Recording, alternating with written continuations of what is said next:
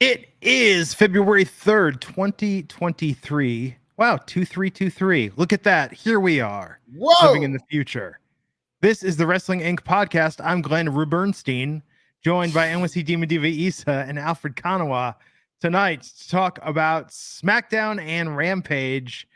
Oh, what is going on with the Bloodline? What do we see tonight? We have new entrants in the Elimination Chamber match on the women's side.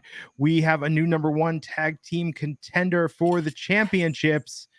We have a huge match set for Elimination Chamber. We have the lowest effort Bray Wyatt promo, perhaps aired in recent memory. And we have Rampage. So much to talk about. But before we hop into the SmackDown, do us a favor, like, share, subscribe, leave a comment, tell your friends, leave us a rating. And Alfred Konuwa is going to hit us off with the news. Absolutely. The guy that they did spell my name right. And we have a lot of news, Mr. Glenn Rubenstein, today to give to everybody. Not to start with Sami Zayn, of course, a focal part of SmackDown.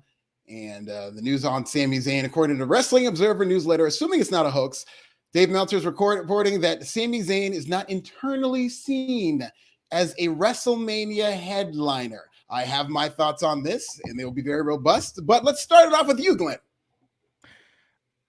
Cody Rhodes' return, and I like Cody, but this narrative, his Rumble win, and all these vignettes, this feels more forced than anything in recent memory, more predetermined, which is funny for professional wrestling, and kind of a slap in the face to this very organic, homegrown storyline they've built with Sami and the Bloodline over the past, better part of the past year.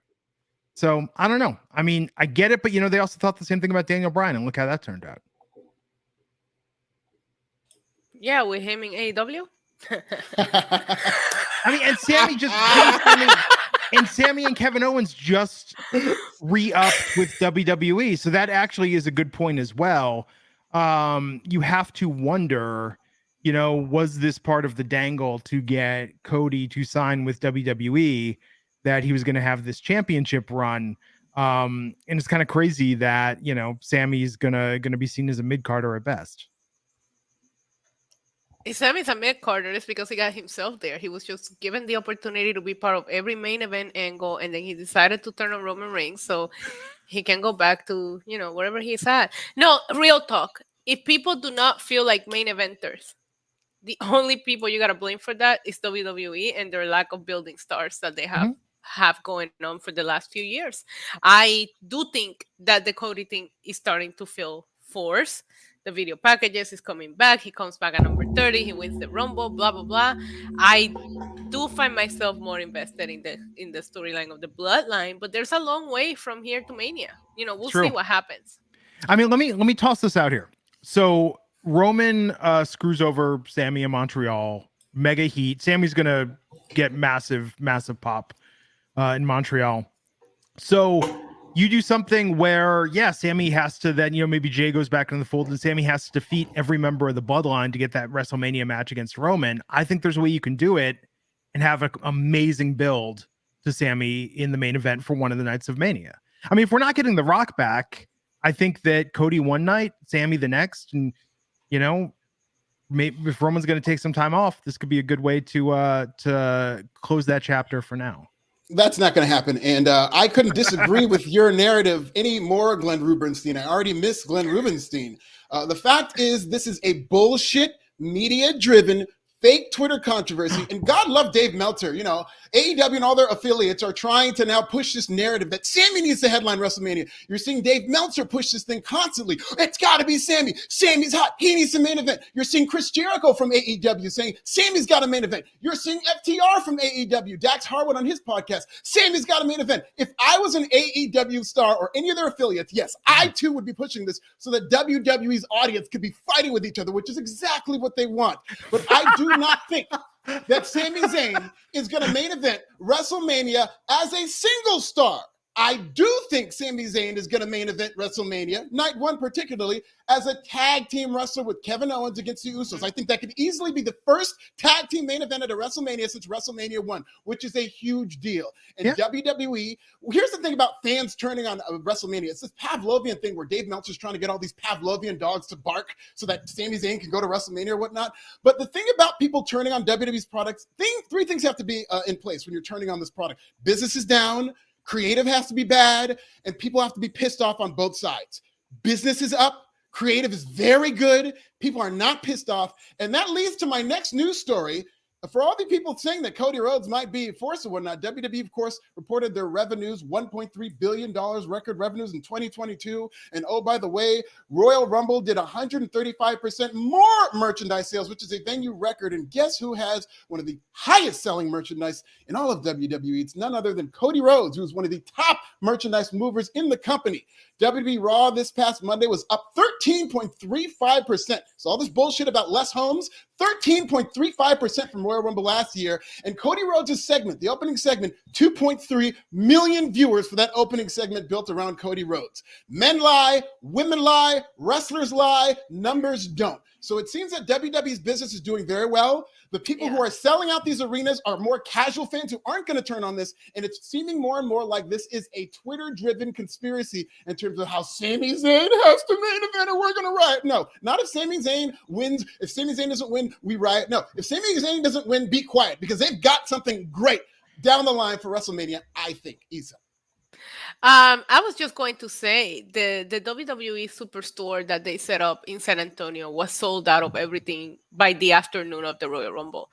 They were scheduled to open the next day. There was barely anything there. I think the very few things left were, the city exclusive merch that they do that only if you're from San Antonio you're going to buy. But everything, such as Cody Rhodes merch, all of that, it was gone, which even Triple H brought it up in the press conference where he talked about, like, it sounds like we need to start bringing more merch out to these events.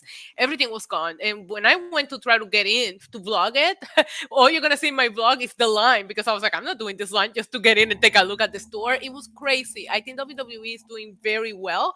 And I think that I like the idea of Jay coming back, screwing over Sami, and then Sami moving on with Kevin Owens onto the tag titles pictures.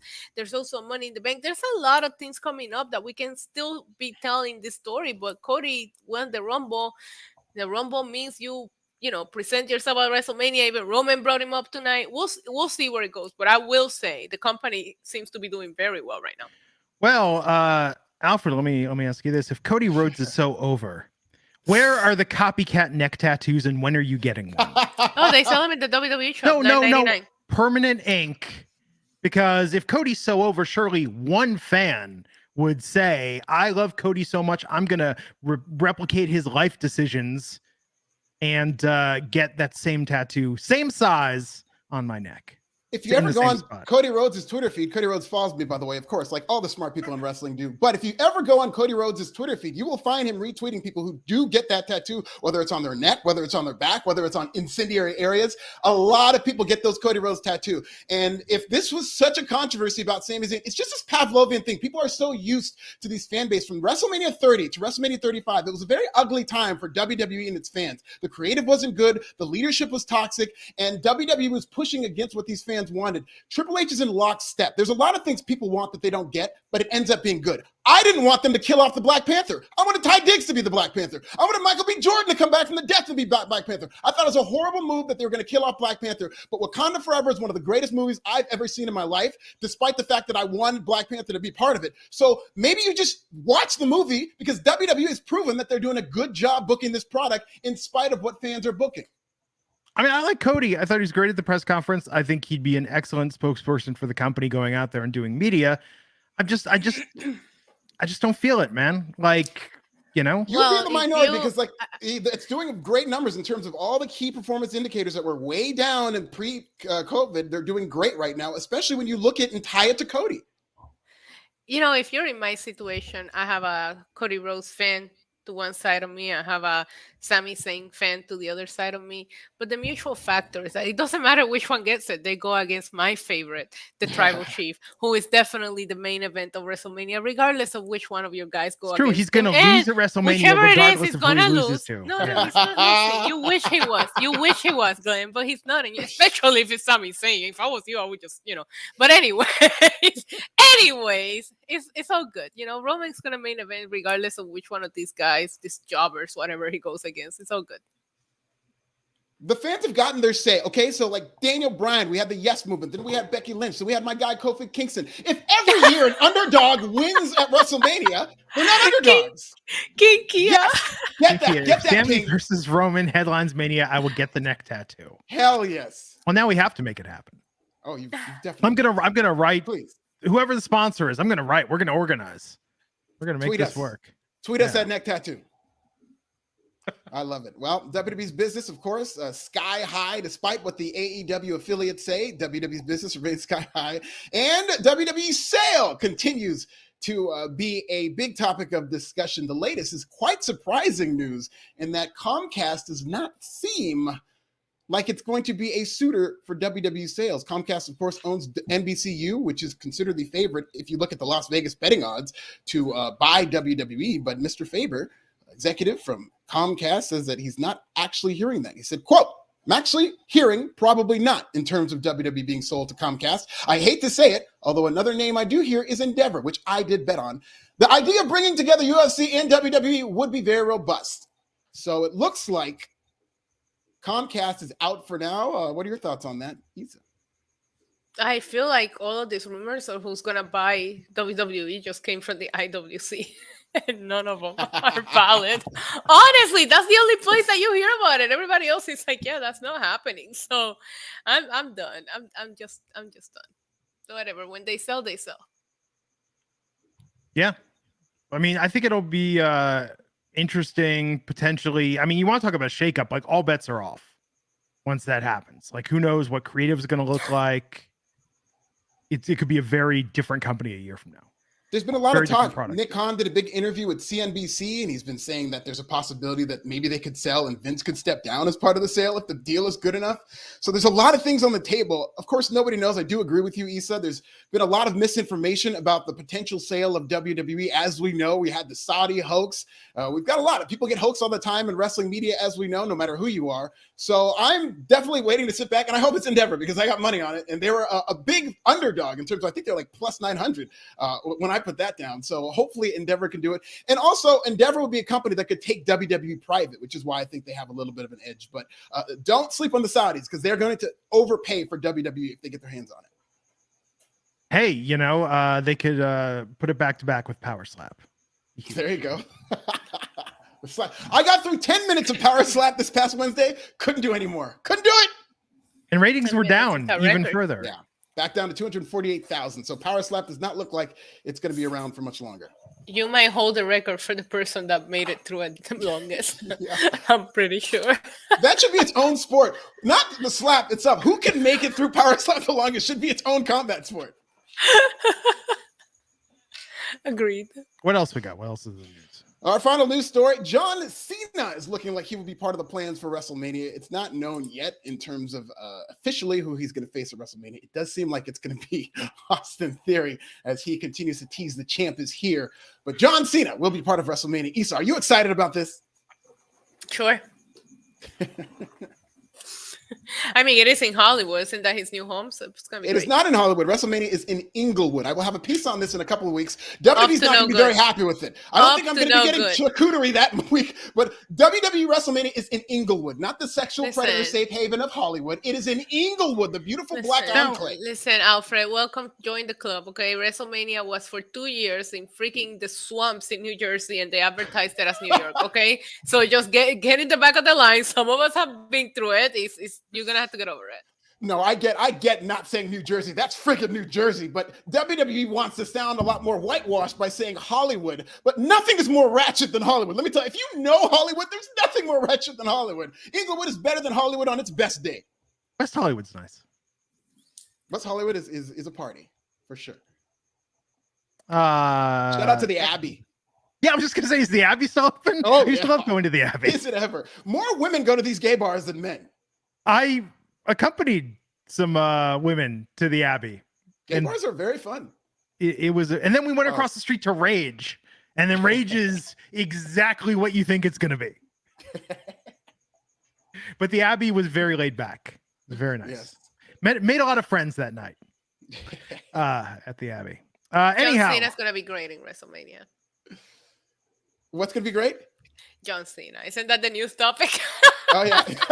Yeah, that's right. Yeah, back to John Cena. I awesome. just trying to reel it back in. John Cena's gonna be great. Will John Cena be at the Abbey? I mean, he'd probably be pretty popular at the Abbey. His character from Trainwreck will be at the Abbey. Oh, there you go.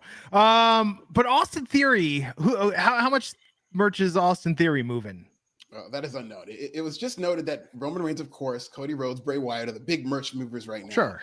I'm not sure if Austin Theory would be a rise all boat scenario, but if they're giving him John Cena, I could see a couple years from now, Austin Theory is being positioned as a future, and I do think he's doing a very good job in his role, all things considered. Yeah. I mean, he's definitely a work in progress, but, we'll see. It's Shout funny. out to Austin Theory. I posted an outtake of him losing it with the Street Profits were going crazy and it's gone viral. So much love to Austin Theory. Awesome. Do you think at WrestleMania, Damian Sandow comes back and costs Cody Rhodes his championship? Long-term storytelling. Would be. I don't think that, though, no. I completely forgotten about the Rhodes Scholars until tonight. And then I was reading up on Damian Sandow, and then I was realizing like all of Impact Wrestling from 2016, 2017 is now in the WWE. So much potential, the Rhodes Scholars. I know. But no, I think this will be good. I would have liked to see Cena against Logan Paul, but I think Logan Paul versus Rollins will be actually... I think it's going to be amazing. Yeah. Listen, as much as I did love Bad Bunny's one-off and what he's done with wrestling, I do think that Logan Paul is projecting to be the greatest celebrity wrestler of all time. I'm not bringing him into this. I just don't want you to think that I'm shading him. I think Logan Paul will be the greatest celebrity wrestler of all time when all is said and done. Can we stop bringing Bad Bunny into it every time we talk about Logan Paul? Bad Bunny has actual talent and a career, unlike Logan Paul that's trying to hold on to something to stay relevant. Bad Bunny don't need that. So Logan Paul seems to just print money at this point. What about Logan Paul versus Bad Bunny, Issa? What do you think about that? I mean, sure. I don't think they actually really like each other. I would like to see Logan Paul against Seth Rollins a lot more than Logan Paul against John Cena. I mean, Logan Paul. Logan Paul has been doing some incredible things in the ring after watching his match against Roman. Just to think about him in the ring with Seth, to me, just sounds a lot more entertaining than him against John Cena. And I think somebody I gotta tell you, Austin Theory did give me John Cena vibes in a weird way, like a young John Cena, talking to him, meeting him, and I can see that. I can see the comparisons now.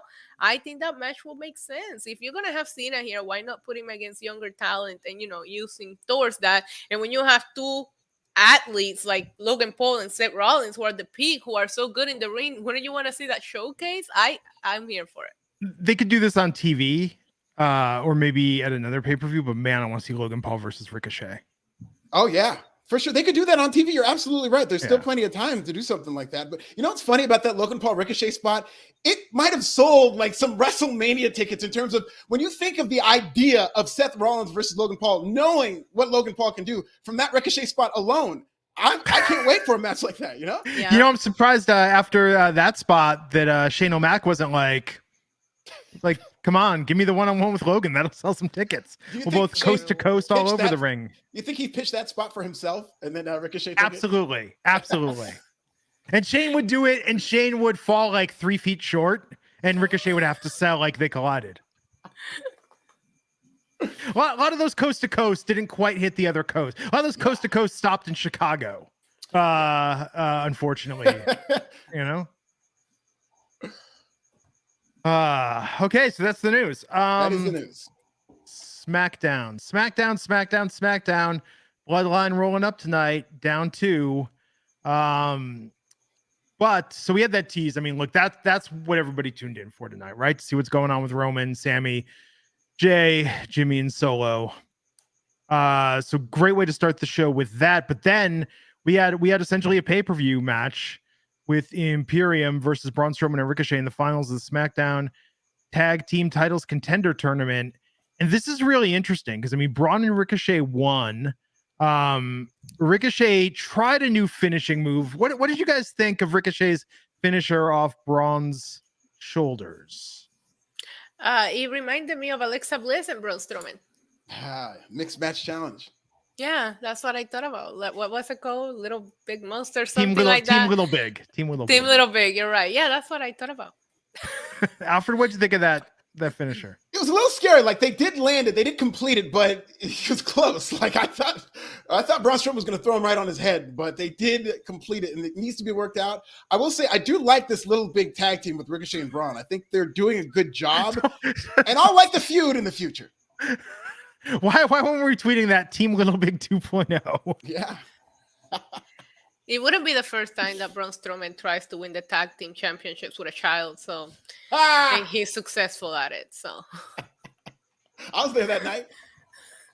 Shout out to Nicholas. So I thought it was a little more floppy than flippy.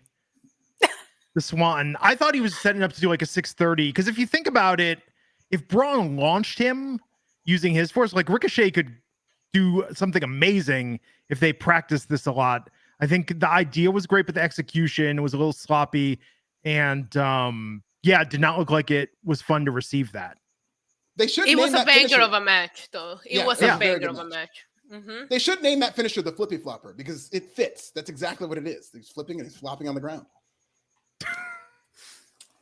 But before that, this match was absolutely incredible. I liked Gunther getting into it with Braun, the way they did that. But this should have been on the Royal Rumble. But I mean, so we got almost 25 minutes of straight wrestling here. Yeah, it was great. Really good opening to the show. Ray J's World. The Ray J, what's up, Ray J? $5. Shout out to Raycon.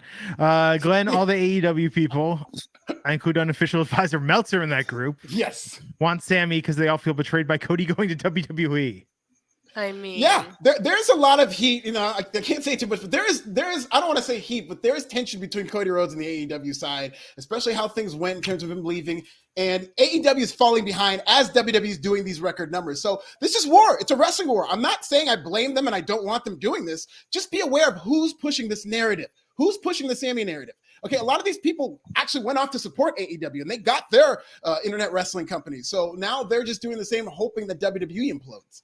I mean, it's an interesting idea, but I mean, this is like, I don't know. This is like people switching their party in the primary to vote for a different candidate because you know what I mean? Like, this is a little conspiracy theory. But it's not. This happens every other year in WrestleMania history with people wanting somebody else to be the person that gets the shot. But it's not not the person that won it, No, that's called an organized fan campaign. But to Issa's point, when it would happen, when was it happening? Pre-AEW. It stopped immediately when AEW started and all the toxic whiners went over to AEW. And I support the product too, but a lot of people who support that product are entitled fans who Tony Khan is terrified of. So they went over there where you can't bully Tony Khan in AEW. These fans can't bully Tony Khan in AEW. So now that there's a WWE post-AEW, you don't see that. WrestleMania 36 was the first WrestleMania post AEW. There was nobody hijacking anything. Same thing with WrestleMania 37. Same thing with WrestleMania 38. Nobody can hijack WrestleMania 36. We weren't even allowed to be WrestleMania 36. Alfred, come on. Okay, counterpoint. You could internet hijack things. Counterpoint. Hijack where they changed the spot. Remember when they had the Fabulous Moolah Battle Royal? That was an internet hijacking where it wasn't the fans saying anything. The internet mobilized. Know anything about that? What? And they forced WWE to change Glenn, it was all your fault. Don't even try. I don't know anything about that or Snickers public relations or targeted email. I'm like, what? No. Yeah. Next, you're going to say COVID was an AEW fan conspiracy. They just got way out of control. It was a big hoax. Don't demonetize us, YouTube. So, no, look, I think, so if Tony Khan could be guilted or shamed or bullied by the fans, why isn't the women's division better? Why do we see like a lot of really repetitive matches and like nothing episodes of Rampage? Like, I don't know, man. Have you ever heard Tony Khan talk about like his favorite wrestling growing up? Have you ever heard him mention any of the women? So you really think he's gonna listen to that? No. Hmm. I agree. And as much as I do love the women, and they are slowly starting to put something together with the women, there is a lot of talent there. It's just, I don't think people love this women's wrestling in AEW as much as they say they do. And it is a shame that the women tend to be shuffled off to the side. We just saw that with Jade Cargill, who, how do you drop the ball on booking her 50th win? They did a shit job doing that. But I just think that because there isn't a hijacking, maybe that speaks to how much they really care about the women. Okay. Oh, I get it, kinda. Okay, so Tina Miller, what's up? $10 super chat. Tina, lovely to see you. Tina saying, I was there tonight, been to many shows in Greenville, and the crowd is usually dead. Usually prefer Atlanta, but tonight was loud and amazing. Had a great time. Love y'all. Of course it was. They had the tribal chief there. I heard that about Tulsa, Oklahoma, which the tribal chief was not there, and they did the biggest crowd in history of Tulsa, Oklahoma. And a lot of people were saying, usually Tulsa's not that great of a crowd, but that was another hot crowd because WWE's product is just hot in every form and facet right now, just factually. When you look at the business indicators, they're doing a good job creatively, and it's leading to a lot of good business. And tonight, I mean, look, you can't tell me people didn't buy tickets tonight after what happened at the Rumble at the end. Because people, I mean, I knew they weren't really going to advance the Bloodline storyline on Monday at Raw, but tonight, I mean, this was, I was looking forward to this all week just to see what happened next. Yes. Me too. Yeah. So great opening match. We had a nice video package on Rhea Ripley and her facing Charlotte at WrestleMania. We call her mommy around here, please, Glenn. Yes. Yeah, this is gonna be good and good long-term storytelling. Were you guys shocked that she called out Charlotte? Yes. No, I said for weeks this was gonna happen. Everyone told me I was wrong. So that's good. I thought it was going to be Bianca. They didn't do the tease back in November where they were backstage. You said champ. They had a match booked and mommy got injured and we had to cancel the match. Like the way that, I don't know what they're waiting for with this match, but I get it. You know, I don't think that Bianca is going to be defeated anytime soon. So if you want to give Rhea a big moment at WrestleMania, I can see it happening more chances against Charlotte than against Bianca. That's just how it is.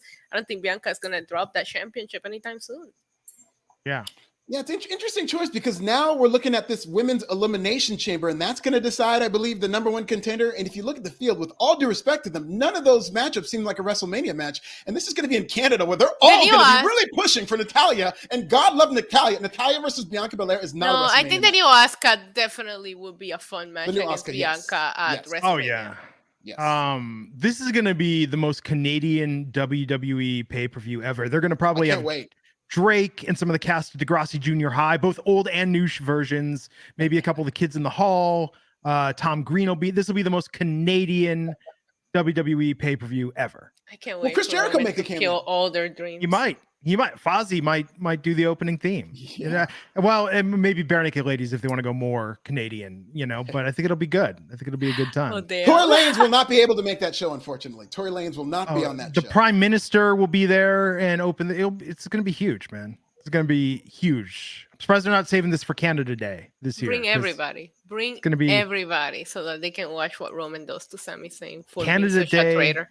Canada Day in February. Going to be incredible. Can't wait. It's going to be great. I hope they all cry, honestly, at the end. That's how I want it. I want the Elimination Chamber to go off the air with all the fans just crying. They'll go off the air with Kevin Owens and Sami Zayn hugging emotionally and everybody celebrating. And I think Jay's going to do something. It's going to look like Sami has the win. The ref will be out, yada, yada. But then ultimately. Listen, Glenn, mark my words. Jay Uso will find clarity. Okay? Yeah, that's what I'm saying. Like, he'll interfere and call Sami, and this sets up the thing. Yeah, with Kevin he's gonna be all right. You know, he's gonna be okay. So, Charlotte though tonight defended her SmackDown Women's Championship against Sonya Deville in a surprisingly competitive match. Yeah. Good for Charlotte for giving Sonya a bit of a showcase here. Yeah, it was a fun match. I wish it wasn't like the third time that we've seen it because this was the best out of the series, but you don't feel as invested going into it. Oh, love the gear, love the match. I thought it was fun. There was a lot of really good in-ring stuff tonight on SmackDown. Because it felt competitive for a second, I was like, this will be the most random night if they bring Naomi back tonight to cost Sonya the match. That did not happen. Yeah, that would be very random, but I know, but because she didn't come back in the Royal Rumble, I don't know when it's gonna happen. I know. but I was trying to think. I was like, why are they doing this again tonight? And that was the only thing I could think of. That was the only logical reason for this match to exist. But it was good. I mean, I'm not sure she's coming back at this point. I mean, the WWE is already reusing her lighting and stuff for the pitch black match because they don't have anything else to do with it. So I feel like they're starting to find other alternative uses for her stuff. That was the match to bring her back. As soon as all that lighting started, I was like, Naomi's coming out. Roman set what's left of the bloodline to look for Jay tonight. And then we have the Viking Raiders versus the Brawling. Oh, let's not be like AEW and forget about Black History Month. There was a Black History Month segment with Kofi Kingston. Well, that's not in the recap. I'm reading from the recap. Did AEW write that recap? I don't know who wrote the recap. I don't think we credit that on wrestling. I got a question. How does a black woman make history as the first person to 50 consecutive wins? Black woman making history on the first day of Black History Month. The words Black History Month were not mentioned on AEW Dynamite. How does that happen? Very strange. But no, the Kofi segment I thought was very nice. It was good. It was. It's very well done. Kofi's doing some awesome stuff right now. I believe he's raising money to build some schools and library over, his country. I think that's incredible. You guys should find it and donate some money. Oh yeah. Let's see. After that, where am I at in the scroll? We were going to talk about the Viking Raiders and the Viking Raiders. Nobody cared about us. And the Brawling Brutes had to go early because the Viking Raiders have to get up for Ren Fair tomorrow. And if you don't, people think Ren Fair starts at 10 a.m. You have to get there early to set up your booth. And all the prime spaces are taken ahead of time. So the Viking Raiders really requested to do this match earlier so they could set up their roasting tent at Ren Fair tomorrow because those turkey legs aren't going to roast themselves. We've got a pregame too for Ren Fair. Early. True. It's true. How early? I mean, you got to like 6 a.m. Oh, yeah. Easily. Wow. Yeah. This was a good match. I mean, Viking Raiders won. But then did you care about it, Glenn? I did not care at all. I was thinking about Ren Fair jokes actually the entire time. Yeah, I mean, it was a fine technical professional wrestling match, but it was what it was. Yes. So after we had Drew and Sheamus come out and attack the Vikings. Oh yeah, they did. We got a recap of the They're no longer the Banger Bros. Did you hear about that? Yeah, they are. I will always call them the Banger Bros. In our hearts, in our browsers, they will forever be the Banger Bros. But according to what I heard, they're not calling them that no more. Yeah, the WWE finally, we were covering this on one of the shows a couple weeks ago. Oh, yeah, WWE when you weren't here. Finally came around to the fact. This makes me like Sheamus even more, that he knew what he was doing, but the WWE officials, either they didn't know or maybe they were going along with it, but maybe it was suggested that it was a copyright issue when Corey Graves brought it up in the Royal Rumble, that like there was a copyright, which I could see that too, but long live the Banger Bros. I'm always going to call Why don't they mention which website that copyright issue is? Just have to Google it. Make sure you're in incognito mode. Oh, we were so close to getting a Banger Bus entrance at WrestleMania. I would have loved it. Bro. Anyways. Who would be on that Banger Bus, Glenn? Oh, I'm not playing this game. I'm not playing this game. Come on, Glenn. It's Friday night. And I'm stopping myself from thinking of some other subtle reference, but all my adult references are from the early 90s, so I just don't have anything. I got all your references from the early 90s. I mean, for the most part. Anyhow, so saw a flashback to the Pitch Black match. Man, they couldn't edit that Uncle Howdy spot to make it look like he didn't completely miss LA Knight. Because how are you going to edit it? CGI something that makes it look like he didn't miss. There's no way to edit that and make it look good. He missed him by a mile. Didn't they have another angle or something they could? Or they could have cut away from it before he landed. Something. But what happened after the recap? Ray was in a rocking chair, and then Uncle Howdy startled me briefly by being. Did you get scared? I got a little scared because it looked like it was coming out of my TV. I was scared. I wasn't scared. Scary. Yeah, I'm so confused. I'm so confused. I love Ray. I try to defend him when we sit here and talk about it, but I got nothing. Nothing? Yeah. I mean, I hope this pays off. I hope they know what they're doing and where they're going, but this is, listen, as much as we love Ray. Oh my God, he's here! That was basically the promo. This was the lowest effort Bray Wyatt promo ever. That was better than the promo. He's just Bray Wyatt. I don't know what the equivalent is to this. Maybe you have a reference for this, Glenn, but like when he's gone, everybody's like, oh, we want Bray, we miss him. And then when he's here, it's like, wait, what is he talking about? I don't get it. What's going on here? I don't like this. He should be doing the Firefly Funhouse every week again. I like when Bray doesn't make sense. I don't understand this Captain Howdy stuff. Uncle Howdy. Yeah, I mean, there was those reports that they are working on. They have a long-term storytelling coordinator, Tom Fee, I believe it is. So maybe they have a plan for where this is going, and we're all going to be applauding this at the end. But I'm not seeing it right now. Where do you think it's going, Alfred? I have no idea. I don't even know what's going on in the storyline. I can't even piece together what's happening. Who are the good guys? Who are the bad guys? What is Uncle Howdy? Where did he come from? Glenn, where do you think it's going? Well, I would like to point out that on this podcast, we did more to develop the scripts and the Uncle Howdy universe than WWE or NXT have ever done. 1000%. It's very weird how, I mean, I thought the throwback to the Firefly Funhouse was great. This feud with LA Knight, I don't think it got LA Knight more over except when he was mocking Bray. I think it did. I mean, but a little bit, yeah. Okay, so who's Bray's match against at WrestleMania? It's a great question. I mean, it's clearly not going to be Roman Reigns. I could see it being against Uncle Howdy, actually. Yeah, that's probably the logical conclusion. Karrion Kross on who has the most pointless return. I'm sorry. Sometimes I say things I should have just not said. No, we've said this. The foreplay was so much better than the act itself with Bray's return. Everything they did building up to it was phenomenal, and this has just been a whole lot of nothing most weeks. It's very unfortunate. In fact, okay, here we go, Alfred. I'm gonna say most weeks LA Knight has actually had the better showing in this feud than Bray has. I agree.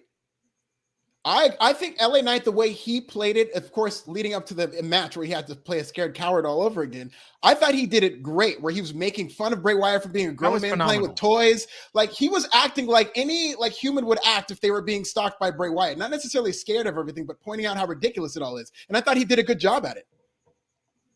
Yeah. So we'll see. We'll see what happens. But yeah, this is one of the weaker Bray feuds. Yeah, because they gave him LA Knight, but you guys are over here like, oh, that was so great. No. I'm saying storytelling wise, I'm thinking back to. Come on, when you saw Bray come back, did you really think you wanted to see him go against LA Knight? No, but I'm thinking about.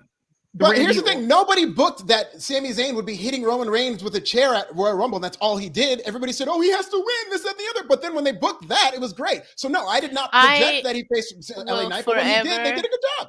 I will forever have Roman Reigns main event every single pay-per-view. I don't care what the gimmick is. I don't care what anybody wants to see at the end of the night. It always needs to be Roman Reigns, period.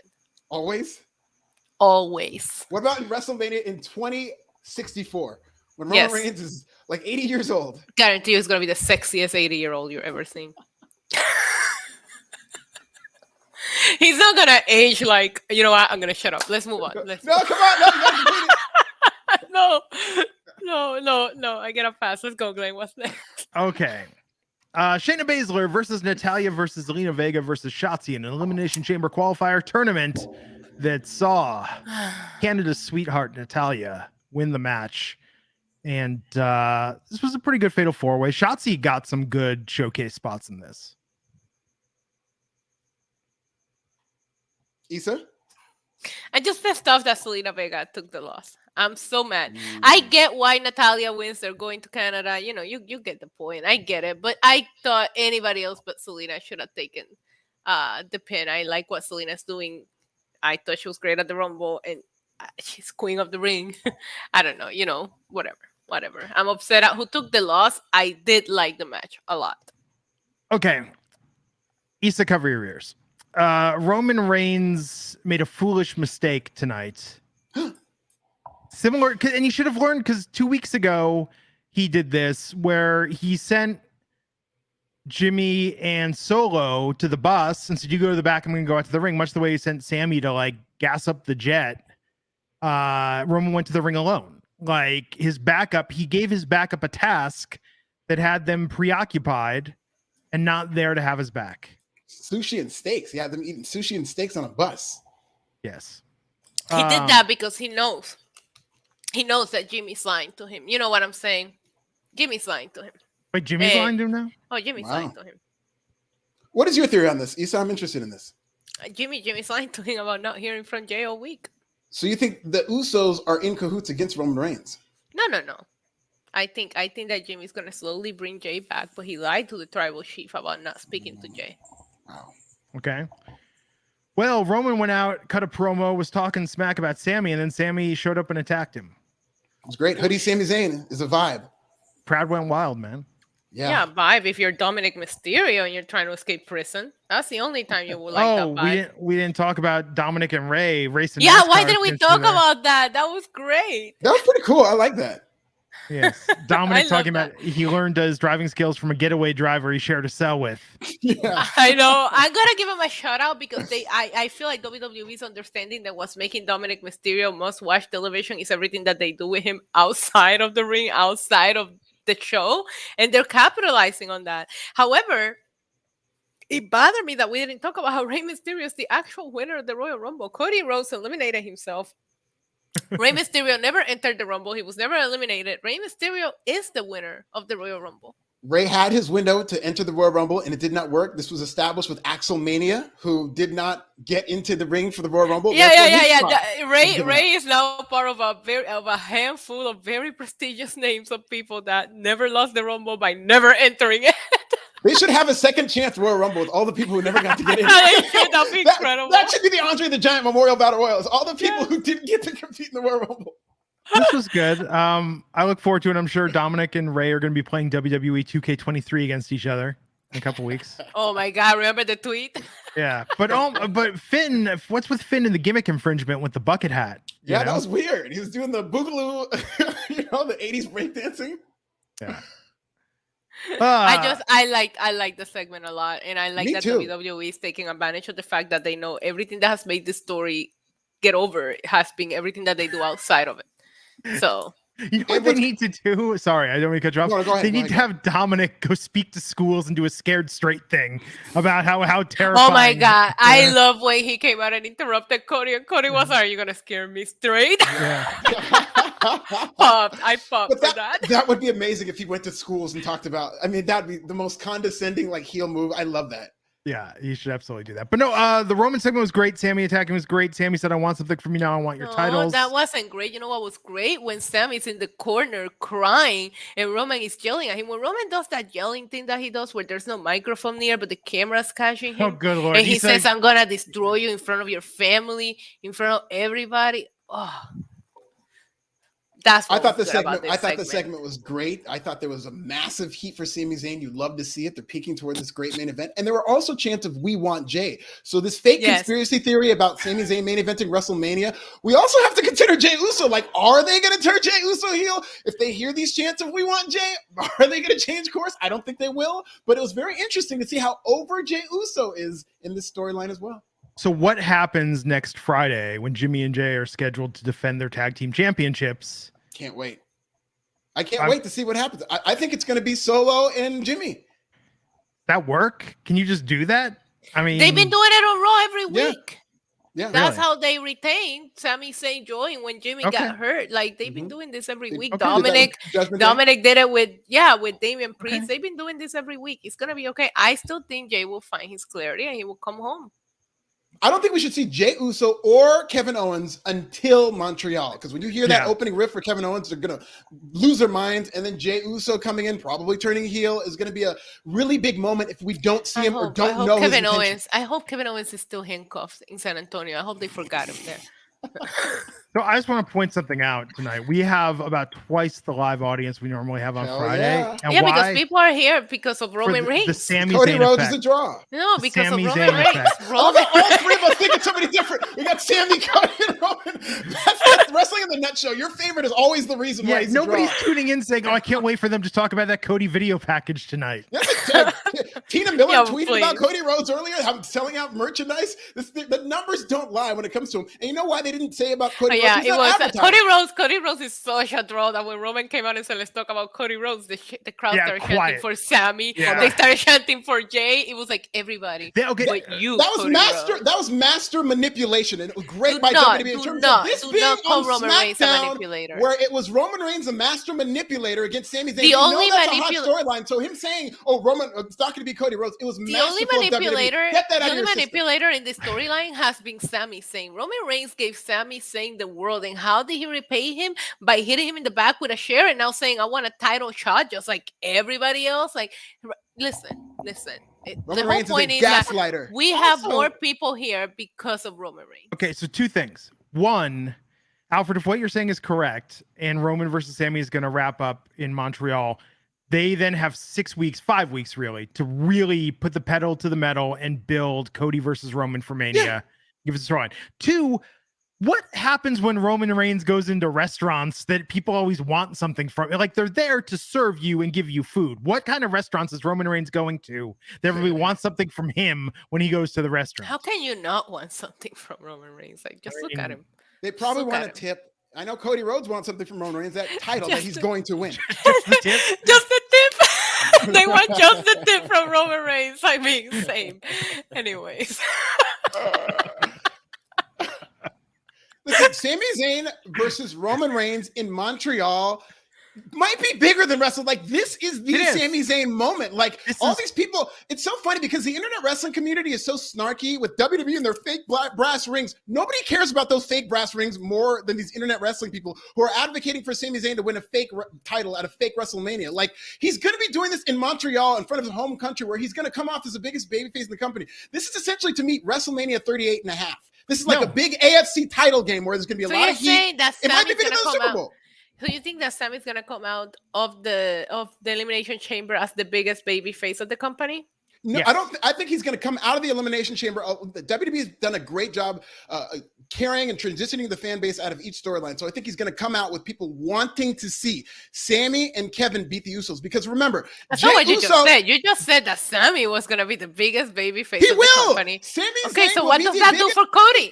What does that do for Cody and his story going into WrestleMania? In Montreal, 6 weeks before WrestleMania. Yes, that night, on one night, Sami Zayn will be the biggest babyface in the company. And when they transition out of that, after he loses that heat as a babyface, there's going to be a lot of heat for Jey Uso, because Jey Uso is very hot right now too. So I do see people wanting to see the Owens, Sami, Usos storyline, because people see Jey Uso as a big star too. And I don't think it's a downgrade for Sami Zayn and Kevin Owens to go after the tag team titles. To me, it's a lateral move that can main event WrestleMania. So yes, Sami Zayn will be the biggest babyface in the company on that night. But when he loses and transitions to Kevin Owens, he'll be 1A next to Cody Rhodes, which is not a bad place to be. In my soul, I'm about to lose my spot. Well, okay, first off, a couple things. First off, Canadian Thanksgiving is in October, so this is Canadian WrestleMania. Yeah, WrestleMania 38 and a half. Book it. WrestleMania 38 and a half. This is just as good. I know people want the fake brass ring for Sami Zayn and like, oh, we need some main event. Like, WWE's doing a good job telling this story. They've earned the right to let it play out. You know how people used to cry about let it play out, let it play out. WWE's earned that right over the last 6 months. It used to be a BS thing to let it play out because they didn't know what they were doing. I'm sorry, but Dylan said Alfred is acting like all Applebee's are closed tonight. Maybe they are. Applebee's in Inglewood is shut down, and I'm fired up about it. First off, scary accurate impression of the internet wrestling community. They sound exactly like that. But Cody's not going to be a baby face of the company. Cody, I think they're going to position him more like a UFC fighter, more like a in-betweener, not like a nicer version of Roman Reigns, like a Han Solo lovable rogue, as opposed to UFC fighter. No, but I mean, he's going to treat this more like he's an athlete and a competitor, not that it's about, being out there and like, look, you can't be the babyface of that company with that neck tattoo. You got to have an edge to you or else it just really all falls apart. It'll be interesting because I do think, just based on how wrestling is, there is going to be a honeymoon period, and there might be a time, because when Cody Rhodes was in AEW where he had authority and stuff like that, he did not want to turn heel. But if push comes to shove, because he's going to be pushed as like the face of the company and whatnot, if there is a rotting of the honeymoon period, at some point WWE is probably going to turn him heel. And I think that's going to be a great Cody Rhodes, and it's going to be similar to Roman Reigns, where when he comes back to being a babyface, he'll be an even bigger star. Stellar Justin Lopez 999 saying, I was shocked they chanted for Jay over KO. Fans are convinced he's really on Sami's side. They're going to be so upset when Jay screws him and transfers that nuclear heat from Roman to the Usos. Exactly what's going to happen. That's the thing. That's the ace in the hole about this. Everybody's looking at this Sami Zayn situation. This storyline is hot. It's not just Sami Zayn. Jay Uso is also hot. I love my good friend J-Lo, but I don't understand why anybody would chant over KO. KO was just a bridge to get to this. The bloodline has always been bigger than Kevin Owens. And I do think that it has turned into more about Jey Uso than even Sami Zayn at this point because they're not telling us where he's at. But I never felt like KO played an important part of where we needed to get. He was just a step to get there. Yeah. We're here on 99 saying, Cody's the American Nightmare. How can he be a babyface? Radius World mean? Saying like Stone Cold. Yeah, I mean Stone Cold because is very nightmares are scary, you know, maybe. I don't know. It is okay. So the Undertaker was scary. He's a babyface. I mean, who's actually scared by the Undertaker? I was scared of the Undertaker when I was a kid. Yeah. Oh my god. When he beat Hulk Hogan, I was terrified. He freaking hung up a man on TV. I tell you, when I first saw the Undertaker and he was like pale and he wasn't selling anything. Yeah, I was terrified. Same. I don't know. Maybe something like the purple Flintstone shirt with the oversized tie. I just couldn't really take it seriously. Can you know? not Okay, feel that's it, the babyface Undertaker. The gray Undertaker was a scary one. Yeah. Okay. So that was tonight's show. We went off the air with the match set for Elimination Chamber. I mean, it's going to be the main event. It's going to go last. I tell you, those men's and women's. Roman Reigns, he's going to main event no matter what. Yeah, I was going to say, but those Elimination Chamber matches are going to feel extra long this year. Everyone's tuning in for that main event. Yeah, of course. It's gonna be for Roman Reigns. For Roman Reigns. Say it. It's going to be a hot show. It's going to be a very hot show throughout. And I don't think it's going to feel like long at all because that women's elimination chamber, they're going to have to be smart about it. There's somebody in that chamber. They're going to have an opportunity to give them a lot of heat. And beating Natalya is going to be that spot. Whoever eliminates Natalya should be a heel. I think it should be Shayna.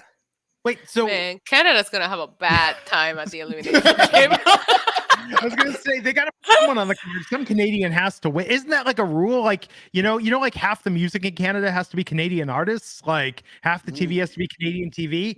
Who's in the United States? No, they're gonna have a bad time. That's what I'm saying. They should make it so it's like 50% Canadian wrestlers and at least a few of them have to win. All's well that ends well. I do believe that, even though Sami Zayn will probably lose, I think that reunion is going to be emotional enough to where it's like Macho Man lost to the Ultimate Warrior. He put his freaking foot on his chest at WrestleMania 7, but all people remember from that match was Macho Man and Liz reuniting. That was a big moment that made people cry, and I think that's going to be similar of a dynamic here. Yeah, I hope Sami Zayn cries as he finds himself making the way back to the mid-card because he ruined things with the bloodline. Wow. So the Elimination Chamber is Saturday, February 18th, 2 weeks. Couple weeks. Let's go. I'm ready. 2 weeks from tomorrow. Now, tomorrow's NXT Vengeance Day. We're going to be doing a podcast after that. We'll make sure Alfred gets his Applebee's before. Yeah, get your charcuterie, man. I might. In honor, and to that point, in honor of Black History Month, all of my charcuterie will be cracker free. I've been over this with WWE. There will be no crackers in my charcuterie all of February. There's a couple crackers in my waiting room, but no crackers in my charcuterie. It's going to be just the big salamis. More seasoning, more rhythm, less colonizing. No crackers in my charcuterie. I'm talking about the food, of course. No cracker-ass crackers in my charcuterie. Happy Black History Month. I think Applebee's has a deal, too.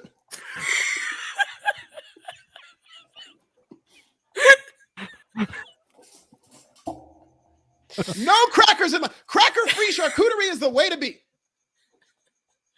Please stop. What do you do for bread with the meat and the cheese? No bread. It's keto. It's keto and it's Black History. No bread, no crackers. None of that. We're having cracker-free charcuterie. We're talking meats. We're talking the thickest salami slices. Cracker-free charcuterie. That'll also work for Passover this year. When you Will it work? Will it? Yeah, because no leavened bread. Oh. You can have matzah. You can have matzah for Passover. Every year at Passover, no pita chips either. Every year at Passover, I buy one box of matzah. I eat like one of them, and then it sits in my cupboard for a year until I throw it out at the next Passover and buy more. I want want to celebrate Passover with you, Glenn. If Passover falls on a wrestling night, we have to make it I'm not even kidding. We have to make it a Passover show. We can ask the 4 questions. We can hide the Afikomen. Yes. Be a great time. You know, we can have the bitter herbs. Passover is really like the most theatrical. It's like dinner theater. Yeah. Something else. But so let's go to Rampage pre-tape tonight. Yeah, but you know what? They put a lot of big names on Rampage, and I give them respect for that. Ant-Man was the lead-in. Ready Player One. What's a follow-up? They just showed Ready Player One after Rampage like 2 weeks ago.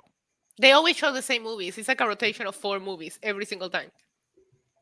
Yeah, it's crazy. Like, get some more movies, TNT. Please. But we opened with the Elite versus Ethan Page, Matt Hardy, and Isaiah Cassidy for the World Trios Championship. You know, I didn't need this to be pre-taped to know that the Elite were going to win this match. Yeah. It was a great match. Good technical professional wrestling match.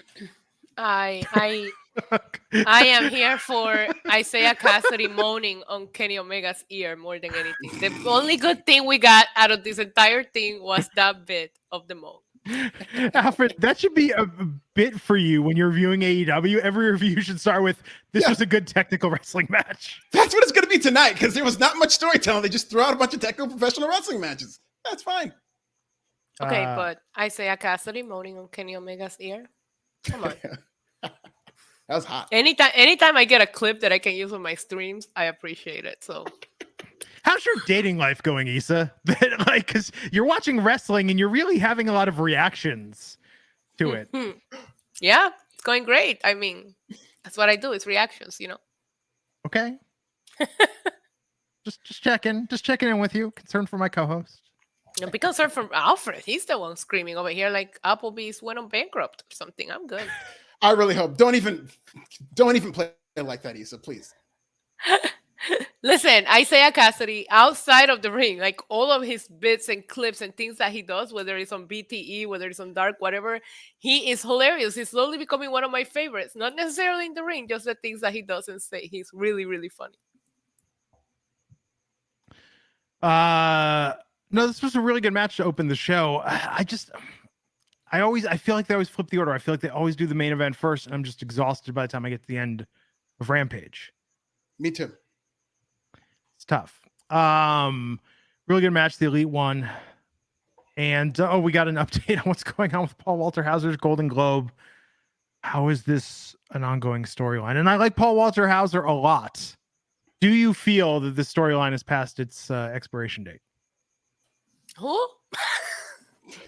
I feel like this has been going on forever now with this, but no, we heard from Danhauser. Yes. I mean, the best friends. It's fine.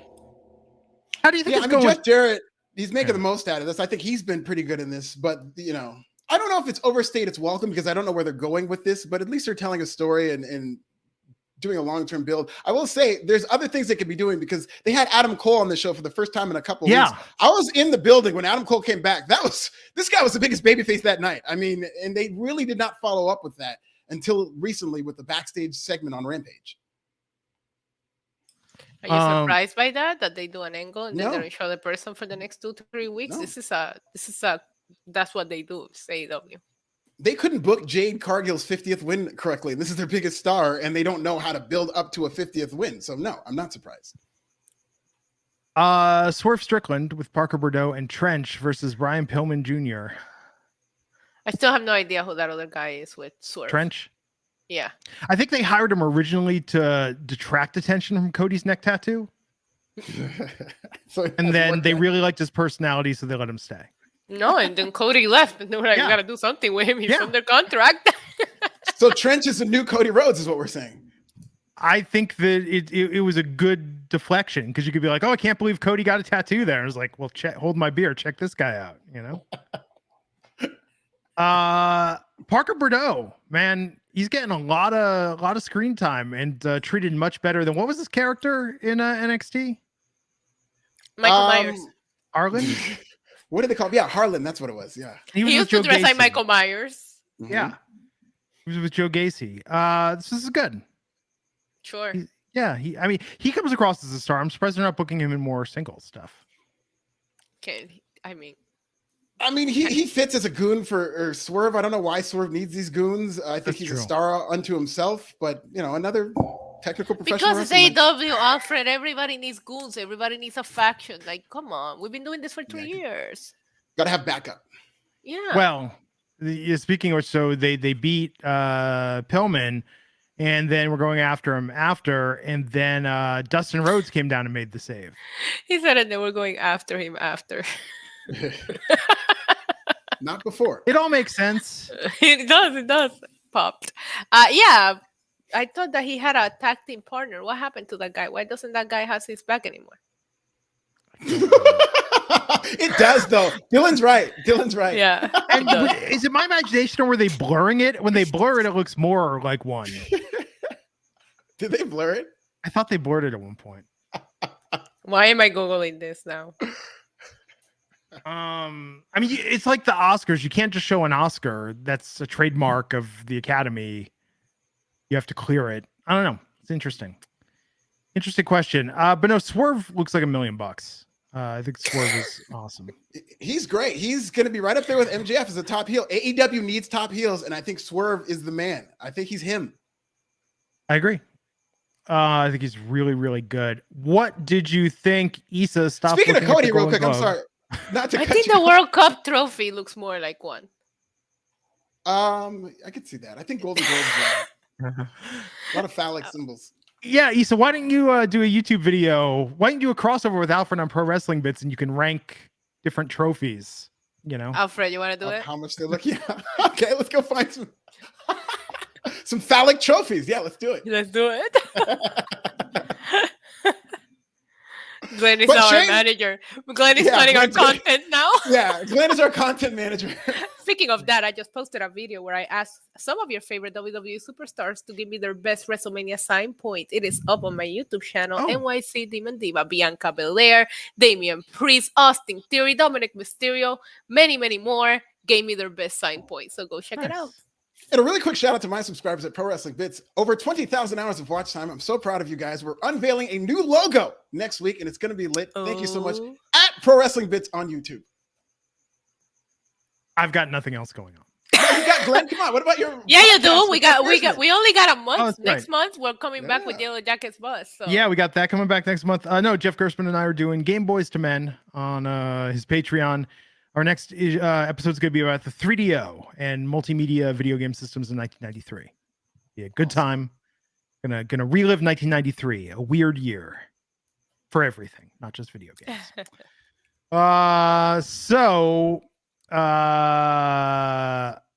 Anyhow, I don't know. Where are we at? What's going on? I think we're going to the women's match. Saraya and Toni Storm versus the Renegade Twins. Yeah. I like a twin gimmick. It's fine. They're doing the NWO thing with the former WWE girls with spray paint. Yeah, the spray paint. Does anyone have good spray paint penmanship that's not a graffiti artist? Yeah, it was hard enough to read it on TV, so I can only imagine the live crowd is watching it. Like, what the hell are they spray painting on these women? Right. I like these Renegade Twins, though. I really do like these Renegade Twins. They were fun. A lot of people were talking about them from Dark and Elevation, and I have heard about them, and I can see what the buzz is all about. They were great. This weird heel turn from Saraya and Toni Storm continues. I don't feel like there's a lot of story behind it, but we'll see where it goes. Yeah. Adam Cole discussed his emotional journey back to AEW. Yeah, got to get him going as soon as possible, man. They really shouldn't be taking time off from Adam Cole. He should be a priority because that was a great promo he cut, very emotional promo, and they should have immediately followed up on it with a match. You have a paper, not with a match, but I mean, having come out and build a freaking feud with someone. Like, do you have a pay-per-view in 4 weeks? They have no matches for it. Yeah. Dylan Matthews saying Saraya and Toni should spray paint 9:30 p.m. Eastern on the victims' backs. Oh, that's great. That's great.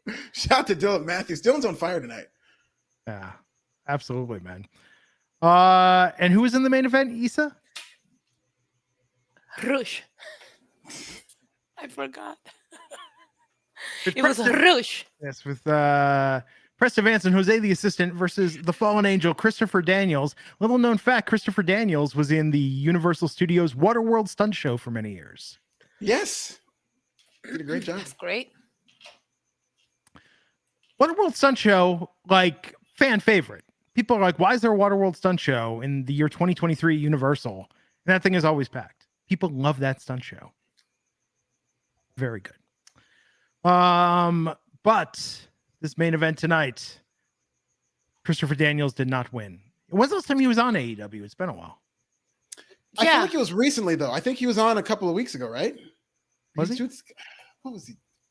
I can't remember, but I do, because it was a while since we saw him, but I do think that he was on either Dynamite or Rampage like 3 weeks ago, I think. Okay. I can't remember. Let's see. CageMatch.net will tell us. Was this a good technical wrestling match in the main event, Alfred? This was a good technical wrestling match. Yes, Glenn. I do like Rush's finisher, though. Rush's the whole bull. That's a very WWE finisher, and I kind of like it. Yeah. Not because it's a WWE finisher, but it's like there's a lot of presentation to it for Rush, and I think that's what he needs. They were tossing MJF's money around. Yeah. Rush is great. I will say MJF and Rush have amazing chemistry. They were speaking two different languages on Dynamite, and it still flowed really well. I thought it was really good. I've been very disappointed in the way that MJF has been handling this business, where he's paying the people ahead of time before they get the job done. Like, I thought he was a better businessman than that. Yeah. He did it with Brian Cage. Now he's giving Rush. He said, I got more after you get the job done. It doesn't matter. You already paid him enough for him to not care. Like, don't give him the money. Like, everybody knows how to do business around here, except for MJF, apparently.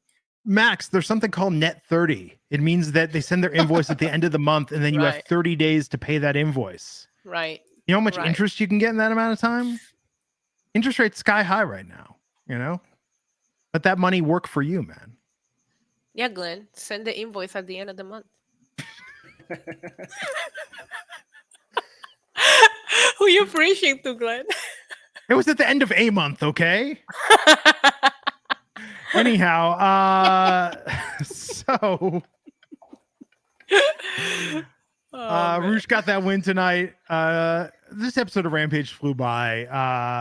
It did. It felt like it went by very fast, which I appreciate. Like that's so weird. That's such a weird thing to be like the last wrestling of the week, and to come after a 2-hour wrestling show and do this other hour of wrestling. It's tough to program that, man. Very tough. It's tough to follow Roman Reigns. There's nothing they can do that can top what Roman Reigns did. In SmackDown and in general, because WrestleMania, it's WrestleMania season. WWE's in its hot period with a hot storyline, and you just see this really, really hot finish to SmackDown, and it just comes all the way down from all these meaningless matches for Rampage. It's such a different vibe of a show. Okay, so let's say 3 months from now, when Issa cover your ears, when Cody Rhodes is champ and is doing the go home segment on SmackDown, how many times do you think he throws shade or makes reference to AEW? Ooh. He's not going to get a chance to because he's not beating Roman. I think he is, but I will say this. Here's your one line of hope, Issa.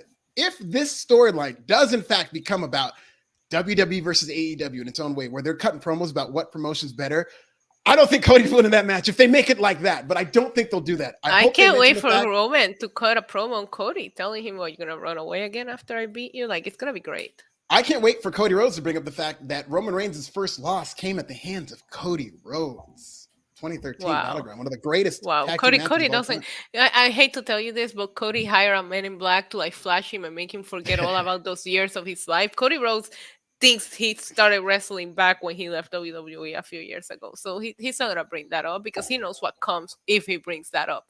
Then he's opening the door for Roman to bring out all that he did during that time. You know. I'm gonna say, how many times does Roman make mention of Stardust in their build to WrestleMania? Oh, he definitely will. Yeah. Maybe he brings Damian Sandow out.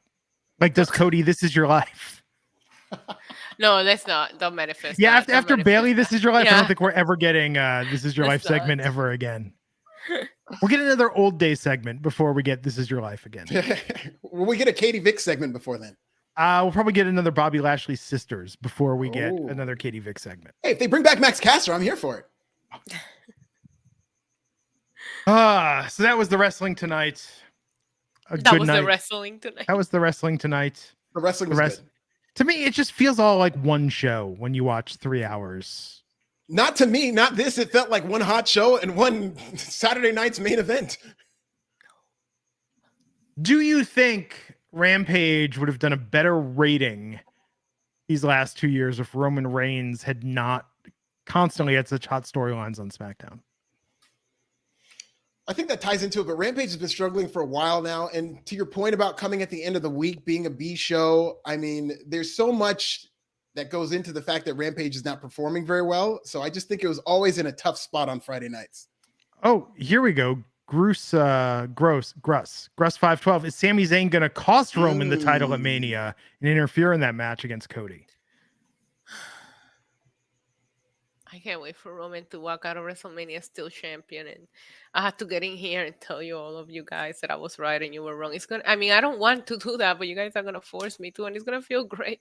I'm interested to see like life after Roman Reigns when he does drop that title. What is going to be the plan? Because I think it's going to be Jey Uso. I think Jey Uso is coming back to the Bloodline, but there will be tension. And I think when the Bloodline gets swept at WrestleMania, when Sami and Jey lose night 1, Roman loses night 2, they lose all their belts, it's going to be an implosion. And I do think we're getting Roman versus Jey. And I think Roman should take some time off and come back at SummerSlam, Roman versus Jey. Book it. What if Paul Heyman costs it and then we get Paul back with Brock and Cody defeats Brock at Money in the Bank? And that's like Cody's solidifying. Are you okay? Is this your way of asking for help? Do you need us to send the police or something? Like, what are you saying?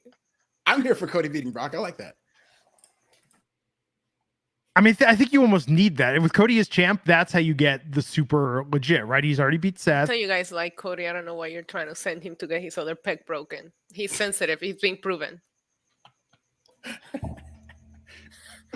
Cody Rhodes with a broken pec is one of the greatest wrestlers. Hey, if we get to see that bruise again, it's going to be another whole great moment for Cody Rhodes. So, I mean, that pec made him a bigger star. So he should be begging to break the other pec. It's going to be great. Then he's going to be gone for 8 months and other people are going to take over the company like Sami Zayn, and then he's going to come back and lose his spot. He'll be fine. Hope he enjoys that time off. So a fiery and contentious episode of the Wrestling Inc. podcast tonight. Is that last name change that you did? It triggered something here. Yes, Glenn Rubenstein has massive heel heat. Yeah, Glenn Rubenstein is toxic. Can I just say Rubenstein is toxic? I think that's what the reason is. Okay, we got wrapped. Glenn is toxic. Alfred is in denial, and I'm always right. That's just how it goes here. I gotta wrap this. I got a new episode of Poker Face on Peacock to watch. Hell yeah! Streaming's hottest new show with Natasha Lyonne. Is that the one with the woman who can read people whether or not they're lying? I can't wait to watch that. I hear it's good. It's very good. They dropped 4 episodes last week. They just dropped episode 5. It's kind of old school, like the Incredible Hulk series or The Fugitive, where she's going from like town to town and like solving murders. Nice. Very good. Very good show. Very impressive. Here for it. So, everybody, tomorrow night, Vengeance Day. We'll be here to cover it all. In the meantime, like, share, subscribe, click that bell notification. Leave us a rating and review on iTunes. And we will see you back here. Be sure to follow Alfred at This Is Nasty, Issa at NYC Demon Diva. That's Diva with a 1. I'm at Glenn Rubenstein. Maybe we'll do a little live tweeting tomorrow during NXT Vengeance Day. And then we'll be here to talk about it all after on the Wrestling Inc. podcast. Thank you so much. Have a great weekend.